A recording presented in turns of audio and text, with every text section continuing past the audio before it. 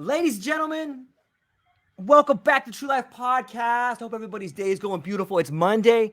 We're starting the week off in a way in which I think everybody can look forward to something. I got a great guest for you today, a great show, the one and only Otha Smith III, CEO, founder of Tetragram. He's an amazing individual with a really cool story. He's also a creator, an entrepreneur. He's created this new app that, in my way, is kind of giving people back their power to decide for themselves. The app's called Tetragram.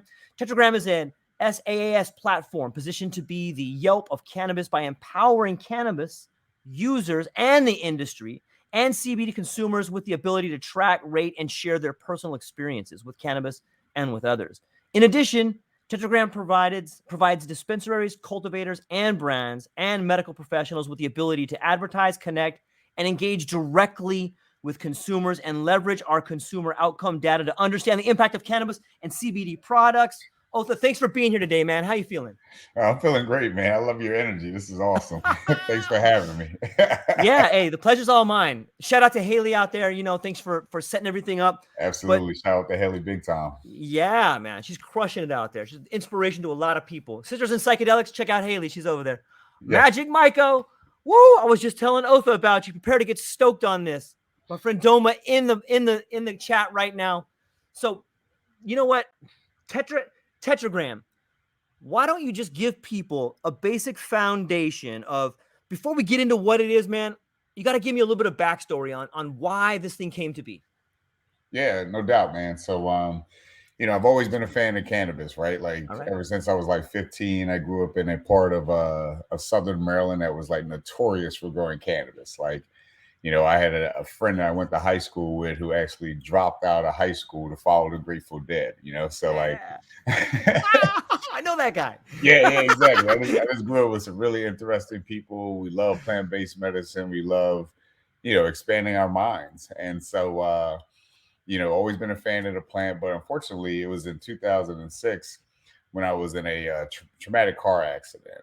I was driving home, had 3 friends in the car. And this is when I was running my first company, which was aggressive detailing. So, we were detailing cars, boats, got to planes. I mean, anything that had an engine. And so at that time, it was the early days. So I was working 12, always open, never closed. Yep. And my friends and I were driving home from DC, which is about an hour away from where I was living at that time. And they were all knocked out in the car. And so what happened? I fell asleep at the wheel. About 5 minutes from my house, I fell asleep at the wheel. I woke up and I just saw my car just going like full throttle and about to smash into the back of this vehicle. Yeah, dude. So I swerved, overcorrected, and when I overcorrected, I hit a guardrail and was ejected about 30 feet out of the car. Pronounced dead on the scene. So I got a beautiful scar here, and actually I had my haircut, so you can see that one. Oh man. Yeah, so it's opened up. Yeah, it's pretty gnarly, man. So, I get out, I have that car accident. Luckily for me, a good friend of mine was going to school at Johns Hopkins to become a doctor, which she is today. So shout out to Janelle. She definitely saved my life. We didn't get married, if everyone's asking. But she was there to save my life. And after getting out of the hospital, I was just prescribed a nasty cocktail of opioids, man. You name it, I tried it. And prior to getting in that car accident, I mean, I could literally count on like one hand how many times I used like a prescription pill for anything. Always been a very holistic person. I mean, even today I've been exercising. As fitness is part of my life. Like I run 3 miles every day. So all that being said, once I got released from the hospital, they're like, well, here are your drugs for the rest of your life. And I'm just like, this is not the way I want to go. I mean, we see it play out every day on the news. Yep. Someone dying of a fentanyl overdose, or this overdose. And I didn't want to live that life, but I did for about 3 years. There was some dark days in my life. And I was just like, enough of this shit. And put everything back into cannabis, man. And so, still, the legacy market at that time. But, once cannabis started to become legal in Colorado, I remember flying out there and celebrating 420 with them. And I was like, this is the industry I want to be in, Came back home years later, and Maryland finally legalized their program. And there was a dispensary like 5 minutes down the street from my house. So I was like, let's go check it out. So walked into the dispensary and literally had that WTF moment. you know, like I start talking to people, I start hearing about terpenes, start learning about cannabinoids, and I hear people talk about an endocannabinoid system. I'm just like, what the hell is all this? I see products outside of flower. I mean, I've never seen cannabis until it became legal, except flower or somebody putting it into brownies or something. So that's when I had this aha moment. I was like, if I'm having this overwhelming experience, and I've been around this plant for ever since I was 15, and now I'm 40, I can only imagine how someone who has never tried cannabis or hasn't tried it since the 70s or 80s, how they must feel when they walk into a dispensary and they're just, have a sea of products. There's a Walmart selection in there. And then, we're telling them that this is medicine. This is what you should use. You shouldn't use pills, but we can't give them any guidance to help them figure out what's going to work best for them. So that essentially was a light bulb effect. I was like, all right. So I started to see dispensaries selling paperback journals or giving them away for free. And I ran into some people that had like these ridiculous Excel spreadsheets of like all these products they tried. And I was like, okay, I see the need, and I see the data play because there's just no data in this industry to help us along. So that's the aha moment for Tetragram. I was like, everything is done on our phone these days. Why can't we create something that gives people the ability to essentially, journal or diary their experiences with cannabis? And that was day one. And I look back at that and I'm like, damn, that was 2013. Where's the time gone? It flies by. So 2013 is when it first started. We started working on that. Yeah. Okay. 2013 is when I had the initial idea, and just wanted to build it. And then it took me about 2.5 years to find my now business partner. So it's been a journey, my man. Yeah. Well, anything worth having is worth fighting for. If you look at the relationships in your life, if you look at the things you have, it takes time to build, and it's easy to get frustrated and lose your way. But it's those people who find the light, who find the path, but beyond that, have the motivation to keep walking down that path when shit's thrown at them, or when they fall, or when they trip, and everyone surrounds them like, that'll never work. You're like, yeah, I think it will. And I'm going to keep going for it. And that's what I see in what you're doing, man. And I'm inspired by it. I love it. Appreciate it. Yeah, man. I can see in the interviews you do, and I can see more than that when people check out the app Tetragram. Everybody listening to this, you should go check it out because it does a few things it does a lot of the things that we need. And a few that I was just thinking about them recently is that, the medical cannabis industry is evolving rapidly. Like it's moving faster than, any other sort of industry. It's almost like the arms trade in a way, because you got the laws coming up, you got these industries coming up, you got the banks, the federal, the state. It's kind of like this arms race. Yeah, right. But it fits because there's legalization, regulatory framework, safety, patient access, quality, distribution, licensing, taxing. It's like all the same things. And that's what makes it such an exciting environment to be in, and also a very powerful environment to be in. Another thing that I really am fascinated about is that what your app does, to me, in my opinion, is that it democratizes medicine in a way that makes it accessible for everybody, man. It doesn't care about how much money you make. It doesn't care about your race, your gender, what you do in the bedroom. It doesn't care about any of that. It's just like, here's the product. And not only are we measuring it in a way that it's got the T's and C's, but we're also giving you the subjective understanding of everybody who's ever tried it. And that's like, you're creating this method where you have science and subjectivity together. I kind of ramble. I know that's a mouthful, but maybe you can talk a little bit about the T's and C's about the app and like what's going on there.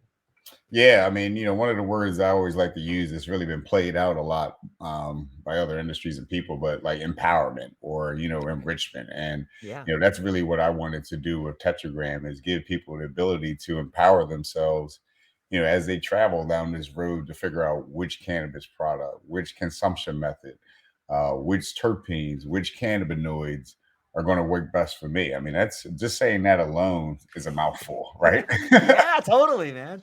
And so, one of the things that I always say about cannabis is that it's probably the most communal plant in the world. I mean, anytime you talk to someone before the cannabis industry became legit, or when it was still legacy, people love to be like, "Hey, try my bud," or "Look what I just Yeah. had," or "This is I just got this." We didn't have really a lot of names back then, other than like Kind Bud and Mids or Reggie, but the same thing happened, right? Like people wanted to share their experiences. People were always like, "Here, smoke this." And so I really wanted, I knew that was going to be an important piece in the Tetragram because, outside of giving people the ability to say, okay, I bought this product. These are the terpenes and cannabinoids, which you refer to beautifully as the T's and C's, because that's really what I look to do with Tetragram, is to educate people beyond Right.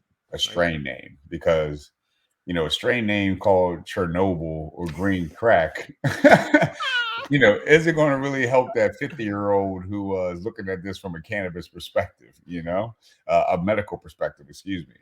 So, we have to get away from the sensationalizing of these strain names and really like dive into, terpenes, which is what gives cannabis this unique flavor and feeling when you have that body high or that mind high. And the same with these various cannabinoids that help with inflammation. So, that's one of the things I really wanted to incorporate in the app is like, yeah, you can tell us what the product name is, but we really want you to figure out what are those T's and C's that product consists of. And then more importantly, where did you buy the product? Because, a lot of times you can buy a product for one dispensary, go 5 miles down the road, can't find that same product. Right. And when people find a product they like, they want to know where they can get it again. But then more importantly is, how did you consume that product, which is so critical. If you think about it, like when people say, oh, I had a negative experience with cannabis, I'll never try it again.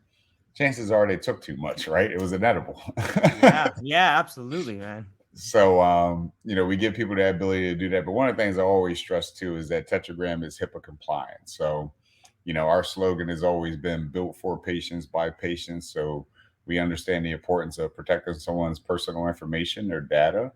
And we knew that was going to be huge. But I say all that to say, like, then, that person can take that product and say, hey, I'm using this product to help with my anxiety, or I'm using it to help me just chill out. Like whether it's recreational or adult use or medical, both people utilize the application. Of course, I'm always say that anyone that uses cannabis is a patient at the end of the day. You're using it to treat something, you just don't know it. But then they can share that information anonymously, which is what I spoke to about the community that we develop in Tetragram. So, again, just really want to empower individuals so that they can look back at their journal and Tetragram and be like, wow, so this product that consisted of this is what gave me X result, which I really like, Yeah. And we're going to double down on that with version 2 in so many ways, really fostering the ability for people to communicate directly with each other, communicate directly with their doctor and so forth. So we got to, the future is bright. This industry, the cannabis industry, has relied on transactional data for so long from point of sale systems, but that doesn't tell the full story, right? Like it doesn't Right. tell me why did that customer make that purchase, and better yet, why didn't they come back to make another one? Something went wrong or something happened. Really addressing the intent behind cannabis use is what we're doing from the data that we collect anonymously on the back end. Yeah, it's such a game changer because you're right. For so long, people have relied on the different strain names, and just because I grow a strain in Hawaii doesn't mean if you grow that same strain in Florida, it's going to be anywhere near the same, right? It can have a whole different content of different. There's a lot of different moving parts that go into creating the flower or the cannabinoids in there, or a lot of different things that can happen in there. Oh yeah, I mean, Right? yeah, I mean, you hit it right on the head. Like that's one of the issues in this industry is that there might be 300 people saying they got a strain called Bubba Kush, Right. but all 300 of those strains are going to be inherently different. And by the way, some of it's not going to be Bubba Kush, right? So, that's really what we look to uncover, because the industry has done consumers a disservice, in my opinion, which is, these MSOs, these multi-state operators, and even some of the independent ones who don't really give a shit about the real beauty of this plant. They just want to try to get rich quick. Mm-hmm. They've taken advantage of people's ignorance when it comes to not knowing enough about terpenes or cannabinoids and only knowing about THC content. So they've used that as the narrative to drive sales. But one of the things that's been refreshing to see is that consumers are getting smarter every day, and it's through people like you who are having these podcasts where I can jump on here, Haley can jump on here and say that THC is not the only thing you should be looking at. In fact, it's probably the last thing you should be looking at when you're looking at cannabis products. Yeah. So this drives a point home. You said something in a previous interview that I wrote down. I was like, that's fucking right on the money. The consumer that is going, it's the consumer that is going to change the retail experience. And like, and if I started thinking about that, like maybe I got some things I can think about it, but maybe you can unpack that a little bit. Yeah, no doubt. So kind of like what I was touching on, like when a consumer goes into a dispensary, I just get so excited inside when I hear someone say, "Hey, I don't care about THC. Tell me what the terpenes are. Tell me what the cannabinoids in this product are." And they got to provide that information. And if they can't provide it, then it's like, all right, that customer is not going to feel comfortable making a purchase of that dispensary. And so they're going to change this whole retail model that exists today. It's going to be more. It's going to circle back to the medical approach of cannabis, which is the reason I got into this industry. The reason why a majority of people who are putting their life savings into this industry, because we believe in it as a medicine, and we need to drive that change. But it happens at the customer level by arming them with information so that they push back on the retail arms and saying, this isn't good enough. We want to know more. We demand more. Which is, when it comes into play with like lab results, gathering COA information on products. I mean, I just think it's fucking ridiculous that, this is something that we're putting into our bodies. It's labeled as medicine, but yet I can't figure out what the ingredients are. Are you kidding me? Like if I go, like if you and I were, if I was hanging out on the beach with you in Hawaii, anytime, which I've got to get there. I'd be like, hey man, I'm gonna cook up some food for us. I'm gonna go to the store. You tell me different food allergies you have. I go to the store, but I'm not able to read like the nutritional facts. I could potentially get you sick. Yeah. And that's the environment we're living in cannabis. But the consumer is driving that change, and it's beautiful to see. Yeah, it is. And it speaks volumes of a maturing relationship. All of us have probably fell in love early in life and realized it's more of a codependency than love. You know what I mean? But the same thing that happens in that type of childish relationship has probably been our immature relationship with the substances we take. If we're just taking a substance based on, hey, my cousin Bobby said this Maui Wowie is awesome. Like, yeah, maybe. But let's dive down deep and find out what is awesome about it. Okay, it's got this level of terps. It's got this level of this. It was grown in this soil. Now, all of a sudden, you can get a full picture. It's like, oh, I want to meet the girl's mom before I start dating her. You know what I'm saying? I want to see what I'm getting here. You know what I mean? Exactly. I want to see what she's going to look like 20, 30 years from now. Right? And ladies, check out the dad. I'm right down the middle there. Ladies, check out the dad. See what you're going to get in life. But it speaks volumes to me of our maturing relationship with substances. And I think that is the industry getting older, getting wiser.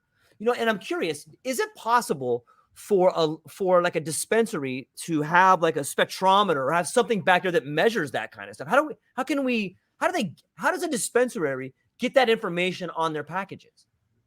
The COA information you're talking about? Yeah, right. So that's another headache in this industry. It is definitely the biggest headache for us as a tech company because our main focus is to gather that information. But since cannabis isn't legal at the federal level, there's no standardization, and which means that there's no standardization when it comes to testing. So there might be 5 testing labs in one state, and each one of those testing labs in that state can do something a little bit different. There's also the issue where there's no real oversight on these testing labs, so that you're hearing about how some of these testing labs are taking brown paper bag money in order to inflate THC numbers because they know that's what the cultivator wants in order to push the product. So there's a real issue there. And it's just, it's unfortunately probably only going to take federal legalization before we clean it up. But that lack of standardization on the testing side directly plays into the lack of standardization when it comes to the product labels. Mm-hmm. So like here in Maryland, I never thought I'd say this, but Maryland really got it right. Like, Yeah. they got it right. I mean, it took them, God knows, a lot longer than other states to go legit from a medical perspective. But they got it right in the sense that they understood that, these T's and C's, these terpenes and cannabinoids are part of the overall picture of cannabis being a medicine. Mm-hmm. So legislatively, they made it so that each product has to have those T's and C's on the product label itself, which is awesome. Pennsylvania is like that, but I can go 4 more hours up to like New York, and it's considered proprietary information. Ain't that some shit? I could Yeah. go Massachusetts, and it's like, oh well, they don't. The cultivators, the brands, they don't have to do it unless they want to pay an extra $25-$30 to do so. Which business as well as I do. If they don't have to, Yeah. they're not going to. Right. Exactly. But you're starting to see a lot of brands that are forward thinking and like, listen, we need to be as transparent about our product as possible because I mean, everyone claims they got the best fucking weed, but it's like, all Sure. right, well, what makes it the best? You tell Right. me. Right. Not because you said so, but did the consumer have you got like 100,000 people who told you it was the best? And if you think it's the best, to make that information transparent so we can see it. So you have a couple of brands that are being more transparent and they're getting a lot of wins by doing so. Yeah, if someone asked me what weed is the best, I would just pull up the Tetragram app and be like, well, let's check it out. Let's look at the information we got right here. Hey, And what let's does the see what the community people say? say. Yeah. Yeah. You know what I mean? And that's another aspect of it I love. I would be a total dick if I didn't talk about one of the greatest labs that I know of, and that's Magic Michael Domanunzio's lab. While he's focusing on mushrooms right now, he's got this thing called the Cultivar Cup. And he has people from around the world send in their product. And all of them have the coolest names. Hey, this one's super blue, man. So what? Because I don't fucking care what color it is. Let me strip it out and tell you what's in here. Okay. Oh, and not only that, but this particular alkaloid is going to mesh with this one. Oh, all of a sudden, just because it's a blue meanie doesn't mean it's that good. But what it does mean is that the first flush of this particular one won the cup because it has X amount of alkaloids in it. And when you start stripping back the fancy window dressing and realizing, hey, here's the thing that is interacting with the problem that I have, this is the one for me, then you can start making real informed decisions. And I think that what Tetragram is doing is it's providing that, moving the window dressing away and saying, here it is. Here's bare bones, stripped down. Here's opinions of the community. Here is the ingredients. Here's where it's being sold. And it's all for free, man. Like, I love the fact that you guys are providing a service for people. It's almost like the old school phone book where you could go and look up anything you want on there. You know what I mean? No, 100%. That's actually another really good analogy. Keep them coming. Yeah. I might use that in one of my sales pitches, but let me know, man. I'm coming with you. Yeah, 100%. But yeah, exactly right. It's like peeling back the layers of the onion and saying, this is cannabis in its true form. It's skeleton without any clothes on. Yep. And is this the appropriate outfit for you or not? Right. And that's where we need to get to, because, one of the things I've learned over my journey in cannabis is that, everyone has their own endocannabinoid system, which is the reason why we've always scratched our heads at why are me and my buddy smoking this same product. We both have the same kind of like body mass, but he's like super fucked up and I'm not, or, he's like crazy energetic and wants to go run a 5K and I just want to chill out, So, the more data that we gather, in general is going to help us to shape this industry to really understand so that, as we move forward in the industry, it's not about, what the THC content is, what the name of this product is, but it's more so driving the experience based upon two things, in my opinion. One is consumers want to search based upon a certain effect. Like, do you want to feel relaxed? Do you want to feel creative? All right, what are those T's and C's that are going to make that happen? Or consumers want to shop based upon a certain condition that they're looking to treat, whether that be really heavy in the medical of fibromyalgia or some form of cancer, or just, I got social anxiety, I'm hanging out with some friends. What is going to be appropriate for me? But ultimately, all this data that we capture, again, anonymously, is what we provide back to the industry to really empower them. So if you look at it from a dispensary's perspective, One of the first things I did when I left corporate America was get a job at a dispensary. And that was intimidating in the early days. And I mean, there are, because it's like people are coming in there and they're looking at you like, help me. Yeah. I'm a veteran. I have PTSD, like Haley talks about. You Mm. know, I live right outside of Washington, D.C., so we see a huge influx of people who are veterans or in the service in some capacity. They're like, the VA wants to give me drugs and make me a zombie. Not really feeling that. I want to try cannabis. What do you have? What do you recommend? And it's like, shit, you hate to give them a bad recommendation, but at the end of the day, you really just don't know.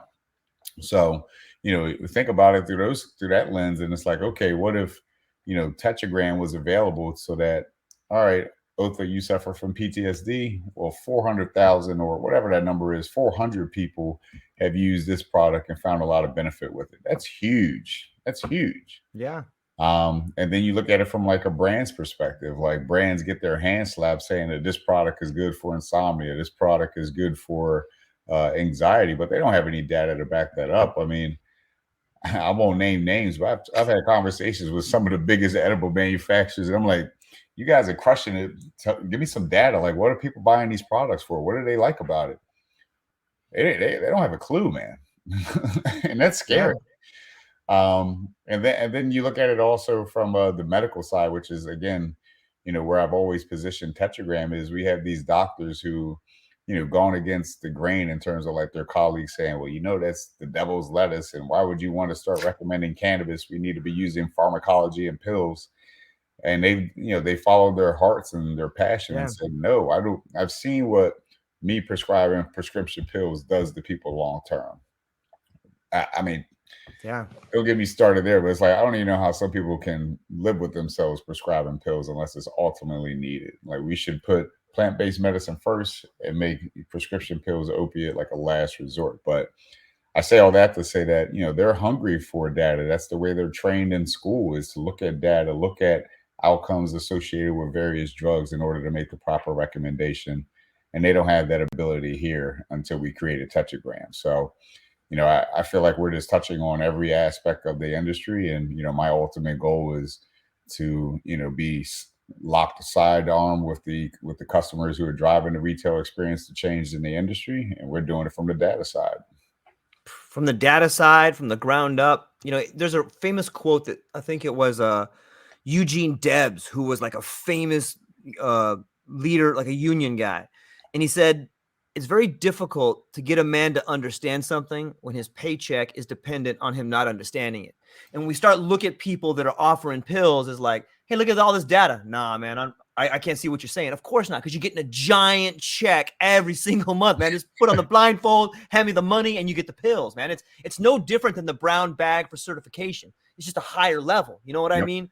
Yep. But as I imagine moving forward, man, I love to imagine the future because that's the best way you can create it. And I'm hopeful that, maybe in the future, have you thought about some of the trends that I could potentially see is that when you have that much data, you can begin to see forms shape up throughout the nation or throughout areas. Like, what if you look at the data and you're like, man, it looks like everyone in Maryland is a little bit depressed over here. All of a sudden, the data that you have is but a paragraph in a larger story. You know what I mean? Hey, why is everybody in California so like anxiety ridden? Like, oh shit, all of a sudden, this data that you have, you can begin compiling it, and now it can feed into a bigger sort of model. Like, what if there was like a 23andMe or something along the lines where people could take their genetic data and then feed it into Tetragram, and now all of a sudden, hey, I got the BRC2A gene. No wonder this is really hitting me over here. But I really think that the future you guys have set up for yourself, which is data compliant, it's safe, it's private, it's free. But I think that the data you're collecting is really going to help out people understand their medical conditions, not just for cannabis, but for their whole body, the whole holistic approach, man. What do you think? Nah, 100%. I mean, you touched on something that we have great strategic relationships with, which is the DNA. So, Bingo. yeah, I was like, man, you've been in my circle. I am now. Yeah, no doubt, no doubt. But yeah, 100%. I want to give a major shout out to Charissa Jackson. So, her and the crew over there at We Decode. That's exactly what they do is they provide, Beautiful. and Teresa Jackson is a veteran. So, she has that going for her as well. So, she's really focused on veterans too. But with We Decode, that's essentially what they do because, I mean, face it, like cannabis is personalized medicine, bro. Right. You know Agreed. what I mean? Personalized medicine. Yep. And, we can tap into the DNA, which is what Teresa's doing over there, and then saying, hey, well, Otha, it looks like, these certain genome markers work really well with these certain cannabinoids and these certain terpenes, and then starting to make product recommendations based upon that analysis. And then I go to the store, get that recommendation based upon my DNA sequencing, make those purchases, utilize that product, and then log those experiences in Tetragram. And now we have a really powerful ecosystem where we can really assist that patient. And then, we take it a step further and start to dump in AI so that the AI says, well, Otha, you rated these last 4 products working really well for your anxiety based upon those T's and C's that product consists of. Oh, and by the way, these are some dispensary partners that are within a 20-mile radius for you, and they have X products that could be beneficial for you. That's the way I see this moving forward. And then not only that, like, people have to continue to use some prescription pills or opioids. Right. Cannabis can still be an adjunct therapy where, we really want to understand like how does cannabis commingle with certain drugs, right? Right. There's this. It's a great time to be alive. It is, man. It um, is. but that's where we're going is personalized medicine as far as we could take it. Well, and I think that there's other avenues. If you're a young PhD student and you're looking to get published or write some ideas, you should probably contact Otha and what was her name? Teresa Jackson. Teresa Jackson. I think that there are some papers that could be published on the relationship between personalized medicine and cannabis and DNA. And I think that once you start having these papers on top of all that, you got a whole nother industry right here that is back to the idea of democratizing our health, back to the idea of us having the responsibility and the courage to take responsibility for our own health. And once you start getting into it, whether you're looking at the DNA, whether you're writing a journal and understanding how this strain allows you to feel, which Tetragram is great for, it really allows you to write down your information, your subjective results, everything in there, so you can have your own personalized journal that you could take to a doctor. But I really love this idea of people becoming responsible for their own health, man. And I think that Tetragram's providing that for them. Yeah, I mean, let's face it, it's nothing new what we're doing here. Right. I mean, if I was obese and I wanted to lose weight, my nutritionist is probably going to recommend some type of app that log all my food intake. And she's probably going to recommend she's probably going to recommend some fitness apps so I can keep track Right. of my workouts. Right. And so, what we're doing is nothing new. It's just so desperately needed in this space because we're talking about something that is medicine. Right. And we're talking about something that is just completely unregulated, at the federal level. So it's kind of, it's still the Wild West right now. Is that part like a little nerve wracking to know that on some level it's not, on some level that it's against the law federally? So does that kind of put you in an uncomfortable spot at times? Not really. I mean, it gives me a lot of upward momentum the Yeah. way I think about it, because it's one of the reasons why, again, we built Tetragram is because I know that state regulators, federal regulators, they want to see things in black and white, and Sure. so it gives me the momentum and the momentum and the drive to just say, all right, well, we'll go out there and get the data from consumers to show you it in black and white. And there should be no reason why cannabis should be a Schedule I drug, and that's a whole nother conversation. But it's just another way to drive the value of cannabis. Like, we're starting to have conversations with state regulators now, and because right now they're blind in a way, like they are gathering data from seed to sale, so they know exactly how much cannabis has been sold, what product and blah blah blah. But I'm talking to these state regulators. I'm like, wouldn't you love to know like what the intent behind these cannabis purchases are? Because that would completely dismay your thought that people are just out here getting high. I mean, no, people aren't out here just getting high. They're getting high and saying we're using it for this, we're using it for that.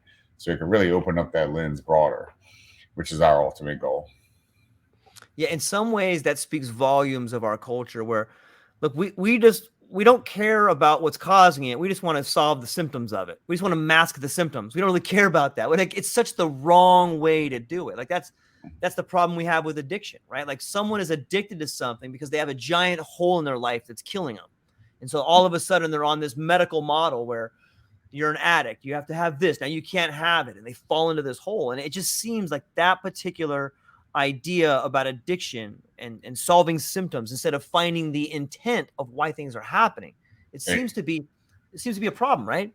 Yeah. I mean, that's, one of the things that we built in the version 2 is, we allow people to see their trend, their history, if you will, as they're logging their experiences in a tetragram. So it's like, Otha, why were you using more cannabis during the month of May as opposed to the month of August or so forth? What was going on in your life? What were you experiencing, like you talked about earlier, outside of cannabis, just in real world, that's made you consume more, that made you more anxious, that made this region of the country more anxious? Like, what is going on there? So there's so many things that we can open up this through the lens of consumption. So it's exciting. It's really exciting. It is. Like, let's say that I find myself in the month of May consuming a particular strain that was used for anxiety in my particular environment. Would there be something on Tetragram that's like, hey man, maybe you should be talking to a therapist, or maybe you should take this meditation app right here. Or, hey, this seems to go well with this thing over here. Is that integrated in there at all? No, but that's something we're thinking about. Like I sit on the board of Leaf 411, so big shout out to them as well. Yeah. Catherine Golden is the CEO at the Realm over there, and Leaf 411, for those who don't know, is a 24/7 cannabis nurse hotline. And so, you can, and they get, I mean, it's crazy, 600-800 calls a month, and people can call in regarding, specific questions they may have about product, or, it could be a situation where a person consumed too much and they just want to be talked down on what can they do to reverse this effect.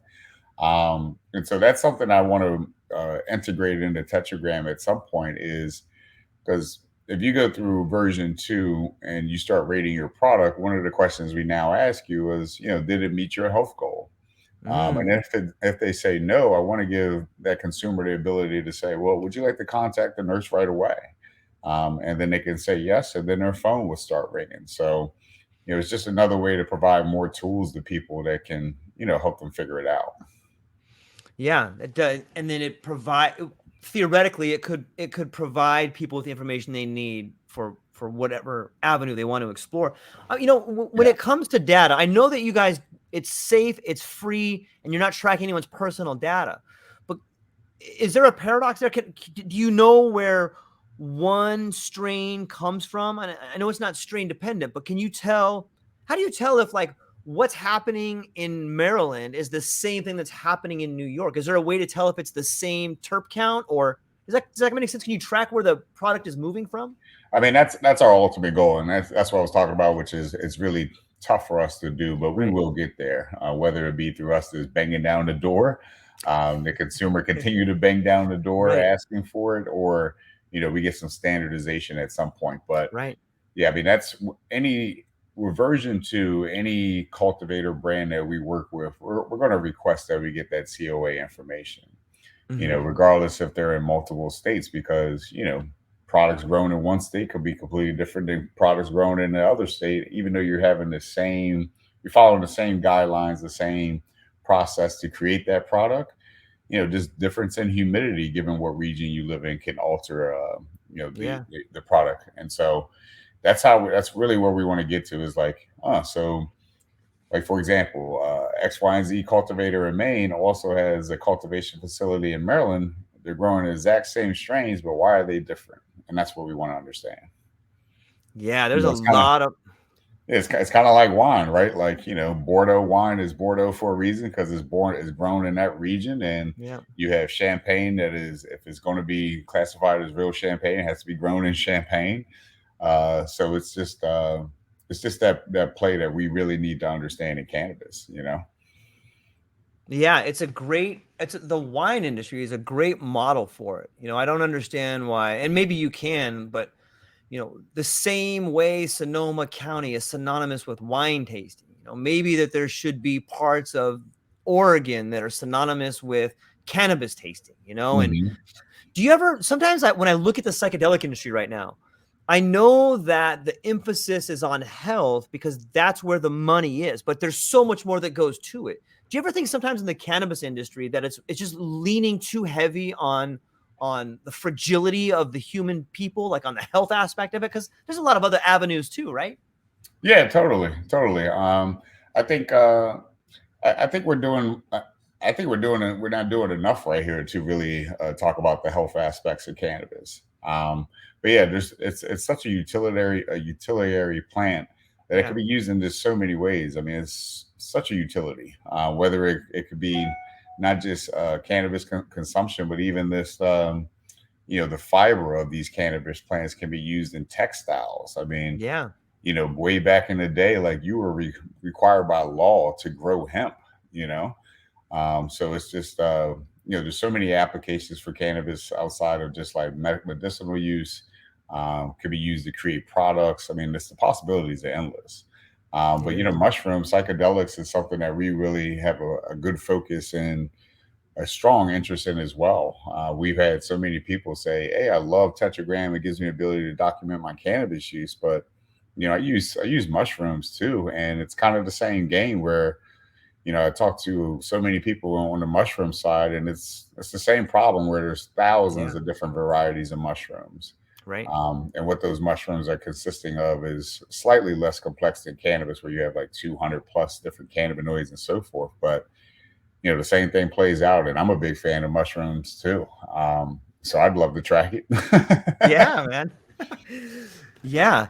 I've been talking to some people on that psychedelic front too. And I know that, and I'm excited for, and I push for the ways in which we can alleviate mental health symptoms and trauma with psychedelics or with cannabis. But I really think there's an avenue that could be more lucrative, and that's the avenue of optimization. Because the people that need help mentally, whether it's through psychedelics or cannabis, it seems to me a lot of the people that really, really need the help are the people that don't really have a lot of money. Hmm. And so, but the people that do have money are people that have a little disposable income. Those people would rather be optimized. And it just has a way better ring to it. Like, hey, you know what? I'm gonna layer 5 ounces of this, albino penis envy with this 1.5 grams of white widow, and then I'm gonna go run 10 miles and see how fast I do it.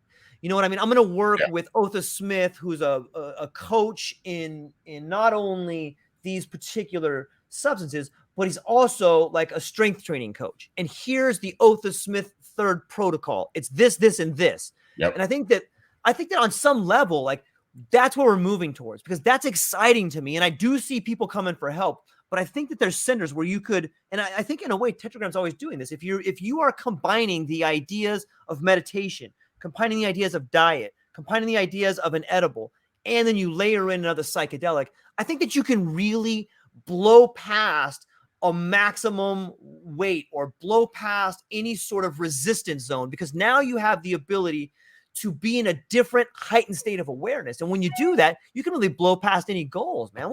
What's your take on optimization and layering? No, no, no. I mean, 100%. I mean, you're starting to see a lot of people understand the benefits of microdosing, you know, Yes. Yep. and you don't want to go too overboard. You don't want to go too low. You want to find that sweet spot for you, and that's what you're talking about. Optimal dose is microdosing. Like how do I tie that in perfectly that I can still be medicated but also be functional and active in life. And you're starting to see a lot of companies that are making microdose products. Like this is only 2.5. You have when you look at it from like a flower perspective, there's like dog walkers, which are like 0.25 gram joints or point 0.5 joints. So 100%. I mean, again, that's one of the reasons why I created Tetragram, because I wanted to stop prescription pill use. but I knew I had to Yeah. have something to substitute it to get me throughout the day. And dialing that in to finding that optimal amount is so key, but it's painful. It's a process. And so I think you're exactly right. I definitely think that's where the industry is headed because, I mean, let's face it, cannabis is not cheap. We Right. did a research survey with the College of New Jersey and found that the average household income was like 75K and up.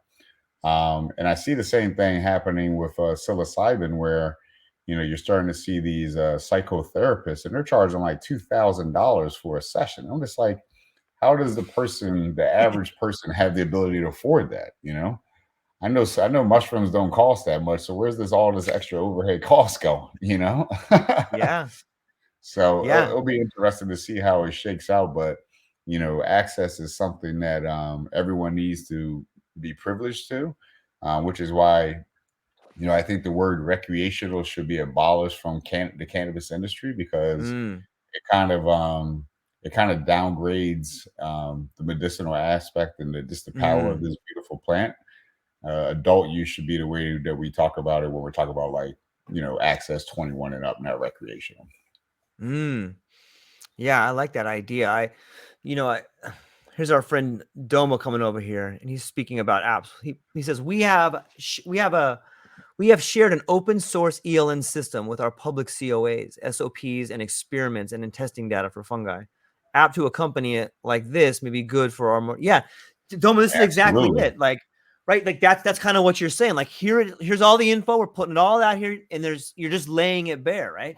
Yeah, I mean, Elon Musk is many things, but one thing I do appreciate about the guy is that when he was developing Tesla, he made that IT, that development work, completely accessible to anyone. It was Yep. open source data because he knew that he was going to continue to charge on creating electric vehicles, but by putting that data out there, putting that blueprint out there, look how it did to the entire industry, the Mm-hmm. industry as a whole. Now every car manufacturer has an electric line, Mm-hmm. and whether you like it or not, a lot of that credit is due to Elon Musk. So, Magic Michael, 100%, man. Like I love what you're doing. I'd love to connect with you because making that information public is at the bare minimum, a consumer's God-given right.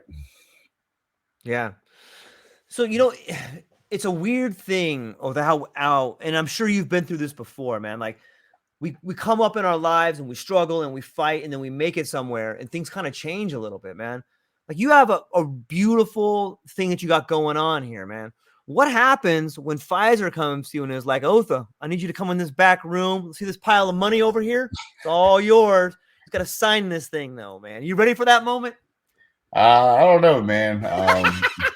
To be completely honest with you, I really don't know. Like I've been having people, some really good friends of mine that are lawyers that work with like the FDA or the Federal Trade Commission, and they're just Right, like, so funny story. The Baltimore Cannabis Science Conference, right? right. Is exactly where we needed to be because we're providing this data to the industry, science based, and all that.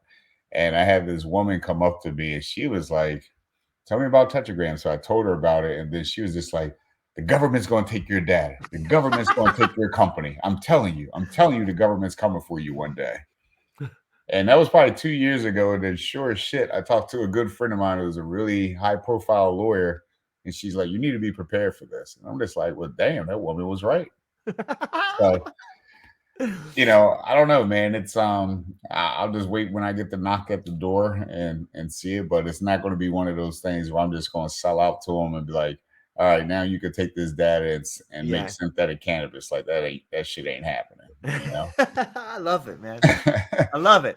That brings up another point too. And is there a space on Tetragram? Like, what would be really valuable information that it was like if you did any of these particular strains, are you on, and I don't even know if this is legal, but like some interesting data would be like, did this help you get off opiates? Were you on pills before taking this? What's your relationship to that? And I don't know what the rules are on that, but that would be incredible information to have. Yeah, yeah. I'm trying to think. I think we did ask a select number of questions when we did the Right. research project with the College of New Jersey. And that's one of the things that I really want to sleeve in the Tetragram at some point is allow people to say, all right, Yes. these are what prescription pills I'm on now, Yes. and then see how their cannabis use is working. And then that's a lot of really valuable data to that consumer to say, all right, so yeah, if I take this much of cannabis, I could completely not take Xanax anymore. Or if whatever the case, but seeing that relationship is very powerful. And it's something we definitely want to explore. I mean, even, we've had talks about, wearable devices so that, we can have people be understanding of their biometric information. So like, oh, Yep. when I consume this product, my heart rate is this, my blood pressure is that. I just think there's so much runway that I want to do. I just need more time in the day and more money. Yeah, I hear you there. I think it breaks down another, another false ceiling is that we have to have these clinical trials in order to get things past the FDA. But it seems to me what's emerging in the world of psychedelics and cannabis is this idea that we can democratize the clinical trials. Like if you have a wide enough base of people and they're using a product and then they're giving you the information back while you've changed the set and setting, you're still getting measurable data. And at that level and that much data coming in, I think you can find incredible connections that you wouldn't find in a clinical setting. And in a way, that is the biggest problem for medicine and drug prices, theoretically, is the clinical trial and how much it costs. But if people are using this product on their own and they're freely giving this information, that's a game changer too.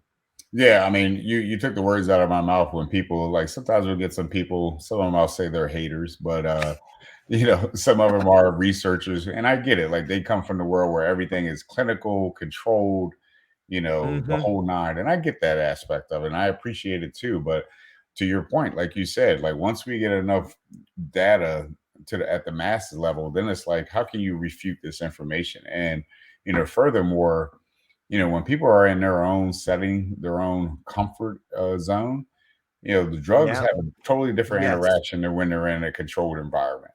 And Yep. so there's a lot of missed out opportunities and data that's not collected when it is in this clinical trial setting, as opposed to, someone being in the comfort of their home, consuming these products, and then providing feedback that, where they don't feel like they're, under a microscope all the time. It's a completely different outcome. Yeah, I can't think of who published this study. My friend Cole Butler will probably scold me for not knowing the author. My apologies for not knowing the author. But there's that famous rat study where like, hey man, we put these rats in a cage and it pressed the bar for cocaine and it killed itself. Well, you know what they don't measure? They don't measure the fact the thing was in a cage, man. They did another one with the rats where they had a bar for coke and a bar for food, but they made that cage like an awesome park where they had tons of rats in there and stuff to do. And that rat never went and OD'd on the coke, man. It just had lived a healthy life. So the environment in which we are grading or understanding or testing people, you got to test the environment, man. I mean, it's not just that substance. It's not just the drug. It's everything around you. Because when you consume something, you fundamentally change the way you see the environment, man. So I think it's even a better way to democratize the way in which we're getting data is almost better than a clinical trial. You don't have these harsh, put the blinders on and run around the track sort of methodologies. You have a clear-eyed, open view. Yeah, there's more variables. I get it, but we're not measuring all the variables in a clinical testing either. That's a bunch of hooey, man. Right? No, exactly right. I mean, 100%. I mean, when people are in an environment where there's other attributes so that they're not just focused on that one thing that they're tasked to do, yeah, you're going to get a different outcome. That analogy with the mice is perfect because it's like, yeah, there was cocaine there. The rat couldn't do anything else. It's like, well, shit, let's just keep going, Yeah. But if they're in an environment where there's other things that they can focus on and, pay attention to, I'm sure that wouldn't have been the case. It begs the question, like, when they did that study, were they trying to find cages where we'll just kill ourselves and do a bunch of coke? You know what I mean? It's almost like this is the perfect spot. Yeah, that's exactly what we were doing. Yeah, and so that's the thing too, is like people got to pay attention to the motives behind these clinical studies. Yeah, thank you. Sometimes these clinical studies aren't designed to get, like I've seen some of these clinical studies and they're not designed to bring to the surface the benefits of cannabis. They're really like, oh, are you addicted to cannabis? Call us. Mm-hmm. Like, that's not a study that's really trying to find the benefits of cannabis. They're trying to find the negative attributes, which good luck because there aren't any. Yeah. That's classic, man.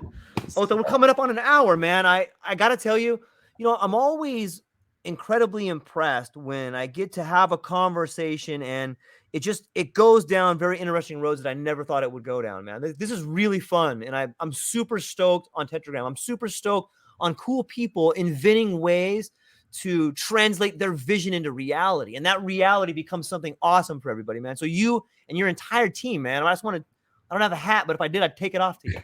No, I really appreciate it, man. It really does. It means a lot because, I tell people thought I was absolutely batshit crazy to do what I'm doing. Like, people are never going to journal their experiences. People don't care about the outcomes of product. I'm just like, yeah, okay. But whenever someone, shits on your dream or shits on your ideas because, it's their own insecurity that they're projecting on you because they can't see themselves doing it. So they're like, why would you be able to do it? But yeah, it's been one hell of a ride, but you can't give up. It's like getting up to bat every day. You might get hit by the ball, you might strike out, but you got to get up to bat every day. What would you tell like a younger version of yourself? Like, let's say there's a young George or a young Otha watching this, man, and they have an idea, and like maybe they're in an environment where, it's not a very conducive environment to creativity, man. Like, what advice would you give a younger version of us?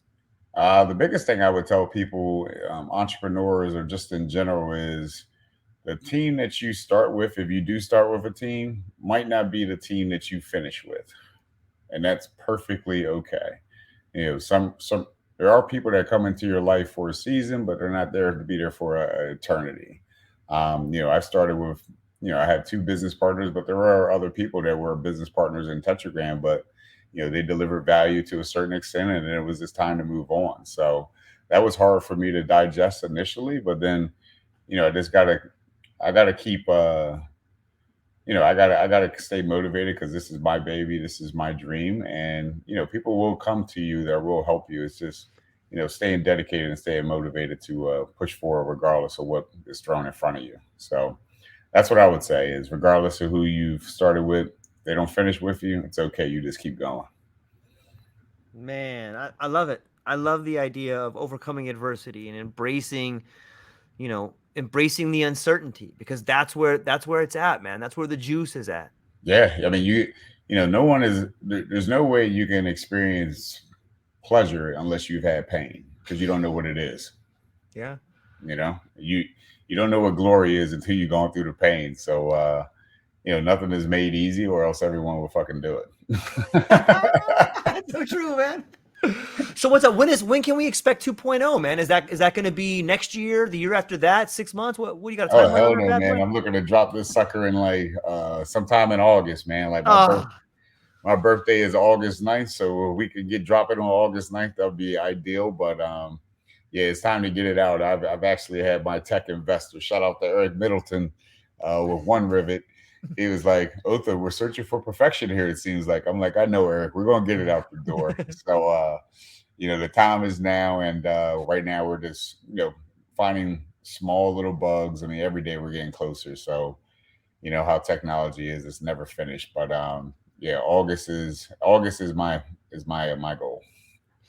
all right, perfect, man. Before I let you go, I always like to ask people, what do you got coming up? Where can people find you? And is there anybody else that was part of this journey that we didn't mention yet? Yeah. Best place to find me is on Instagram at the Tetragram app. So you have to spell that completely out because that platform has shadow banned us. You know how it is in Yeah. this industry. So the Tetragram app is how you can find me. I'm really big on LinkedIn. I keep a browser up all day, all night. So you feel free to ping me there at Otha Smith. So those are the best ways to connect with me, or on Facebook at Tetragram app as well. Fantastic. Oh, the incredible conversation, man. I hope everybody that found this conversation worthwhile will take a moment to download the app, play with it, check it out, and then give your feedback to Otha and his team over there. It's really a great app, and I think that you're really forward thinking, and I love the idea of democratizing and taking responsibility for our own health, man. So that's all we got for today, my friend. Hang on one second. I'm going to hang up with the people, but I wanted to chit chat with you real briefly. Ladies and gentlemen, aloha. I hope you have a beautiful Monday. Tetragram. Check it out. Peace.